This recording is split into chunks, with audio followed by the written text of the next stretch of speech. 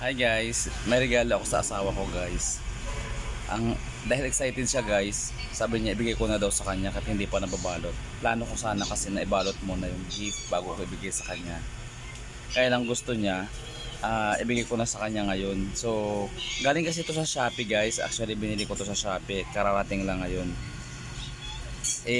Mas stress daw siya pag hindi ko pa daw binigay sa kanya ngayon. Kaya ibibigay na lang natin guys para masaya, di ba? So ito na guys yung yung regalo na ibibigay ko sa kanya guys.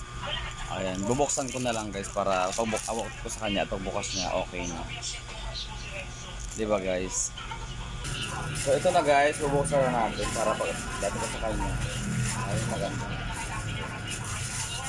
Ito na guys, yung regalo ko.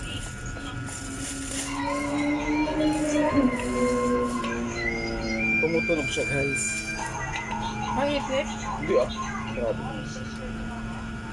Matulog ko. Maganda yung box niya. Ang ganda niya ang box niya guys. Ayan.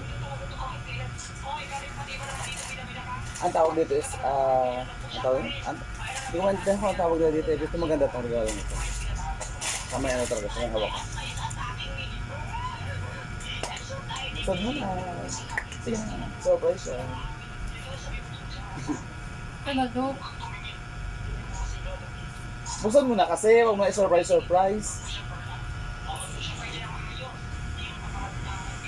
Ano na lang regalo? Ang arte naman ito. Buksan mo na kasi. Gusto ka taga? Sorry guys. Bibilan natin guys.